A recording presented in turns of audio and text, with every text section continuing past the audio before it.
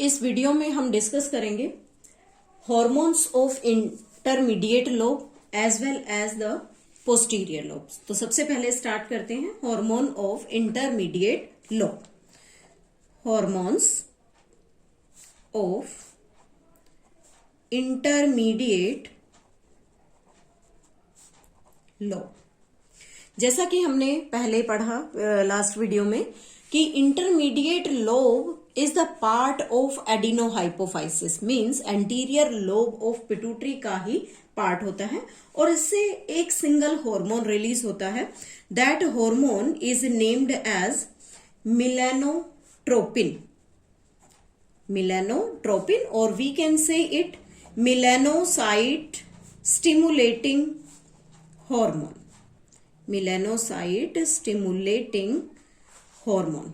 This hormone always act on the pigment cell.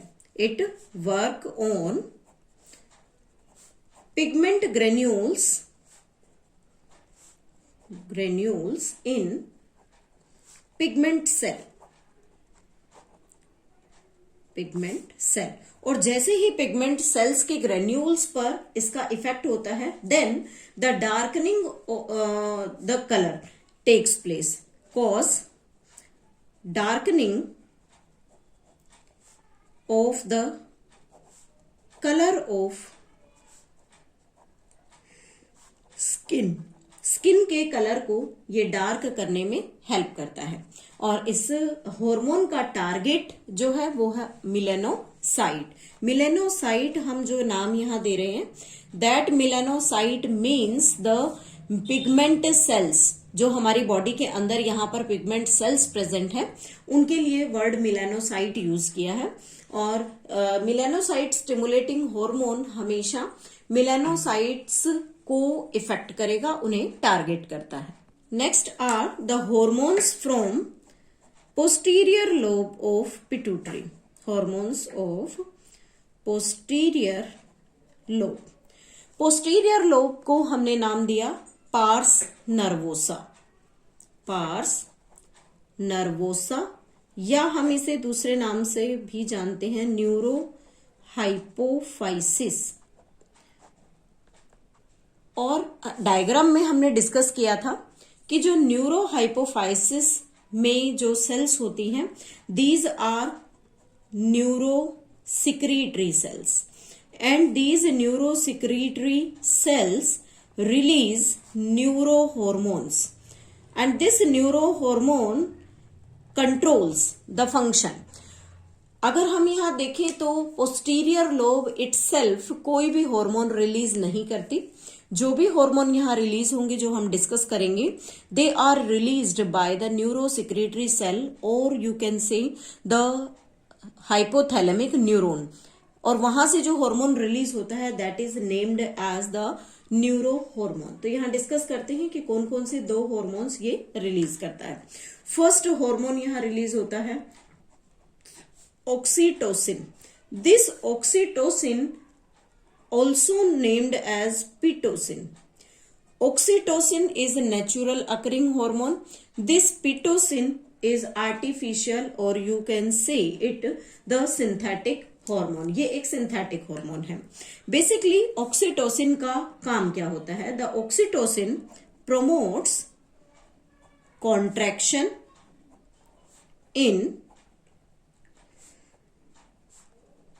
muscles of uterus. Uterus की muscles को contract करता है during child birth. जैसे ही चाइल्ड बर्थ का प्रोसेस स्टार्ट होता है, मदर को लेबर पेन स्टार्ट होते हैं। That labour pain is caused due to the vigorous contraction in the muscles of the uterus. इसलिए इस हार्मोन को बर्थ हार्मोन भी कहा जाता है। They are, it is also known as the birth hormone. इसी के साथ एक और फंक्शन भी ये परफॉर्म करता है। After the child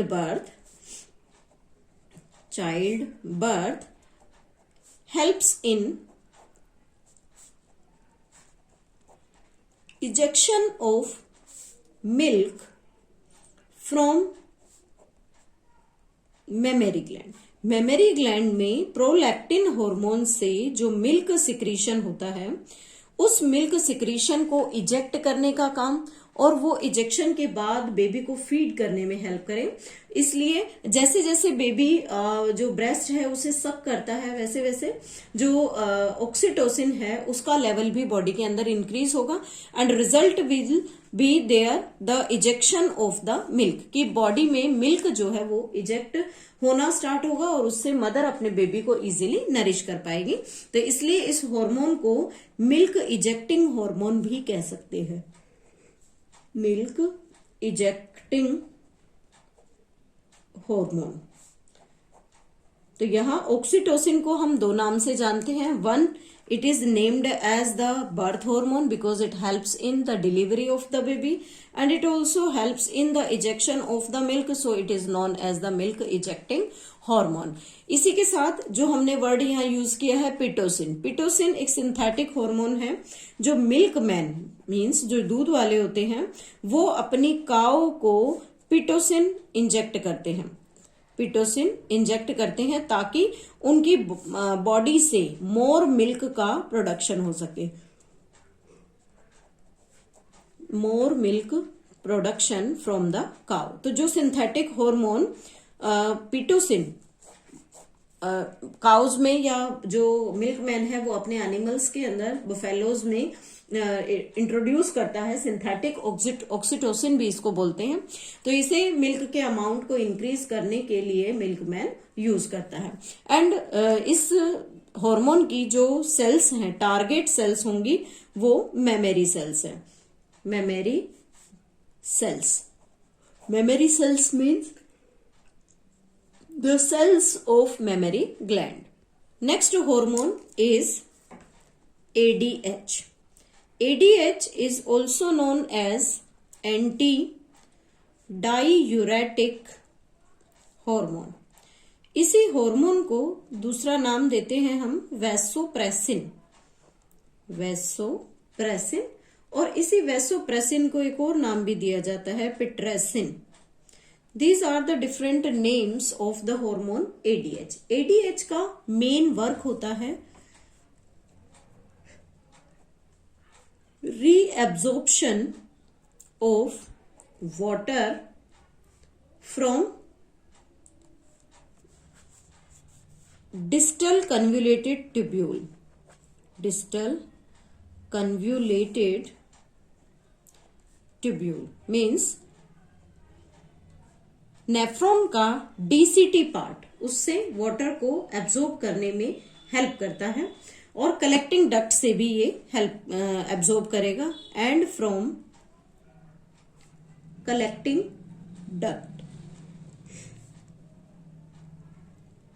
and important about this, the target cells are kidney, ये किडनी की सेल्स को टारगेट करता है। This is the target of the ADH hormone, कि कैसे एडीएच हार्मोन टारगेट करेगा किडनी की सेल्स को, और फिर किडनी की सेल्स में किस तरह से वाटर का रीएब्जॉर्प्शन स्टार्ट होगा। Now the next one is the disorders of pituitary gland. Pituitary gland में कौन कौन से डिफरेंट डिसऑर्डर्स देखने के लिए मिलते हैं। फर्स्ट आता है ड्वार्फिज्म। ड्वार्फिज्म मीन्स एक ऐसी कंडीशन जिसमें किसी पर्सन का जो हाइट है वो कम रह जाती है, या हाइट वाइज वो छोटे रह जाते हैं। That is caused due to deficiency of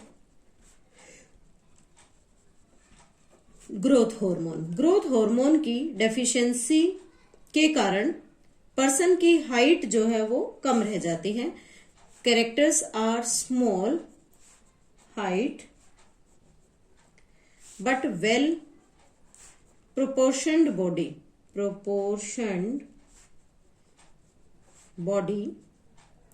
and sexual maturity,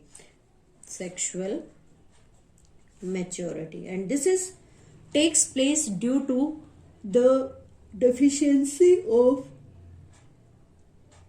growth hormone। इस कंडीशन में ग्रोथ हार्मोन की डेफिशिएंसी हो जाती है। सेकंड हार्मोन और the second disease related to the pituitary gland disorder is gigantism. This gigantism is caused due to excess of growth hormone, caused due to excess of growth hormone. Growth hormone की access की वजह से ये गिगैंटिज्म की problem generally देखने के लिए मिलती है।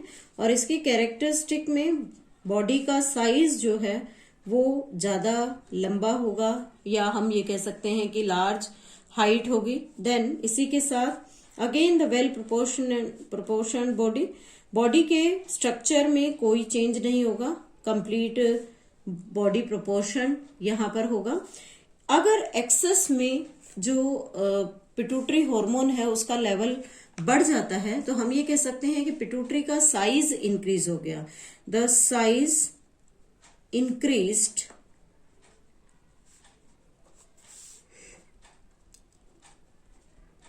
पिट्यूटरी ग्लैंड का यहां पर साइज इंक्रीज हो जाता है, और इस इंक्रीज की वजह से जो विजन है, विजन इट मीन्स देखने की जो कैपेसिटी है वो अफेक्ट हो जाता है, vision get affected. Third disease is acromegaly. Acromegaly it is caused due to again excess of growth hormone, caused due to excess of growth hormone। Growth hormone के access होने की वजह से ऐसा होता है, और इसमें जो बोन्स का साइज है वो इंक्रीज हो जाता है। Increase in size of bones of face, hands and feet, इन सभी का साइज एक्सेस जीएच की वजह से इंक्रीज हो जाता है। Next and the last disorder of pituitary gland is diabetes insipidus. Diabetes insipidus. Diabetes is caused due to deficiency of ADH. It is caused due to deficiency of ADH. ADH की कमी की वजह से ये problem होती है, और इसमें एक्सेस डाइल्यूट यूरिन का जो एक्सक्रीशन है वो होगा, बिकॉज जब एडीएच की डेफिशिएंसी होती है तो बॉडी के अंदर वाटर का रीएब्जॉर्प्शन नहीं हो पाता, और वाटर रीएब्जॉर्ब ना होने के कारण पर्सन को डायबिटीज इंसिपिडस की प्रॉब्लम हो जाती है। So this is all about the different hormones of the intermediate and posterior lobe of pituitary as well as the disorders of pituitary gland.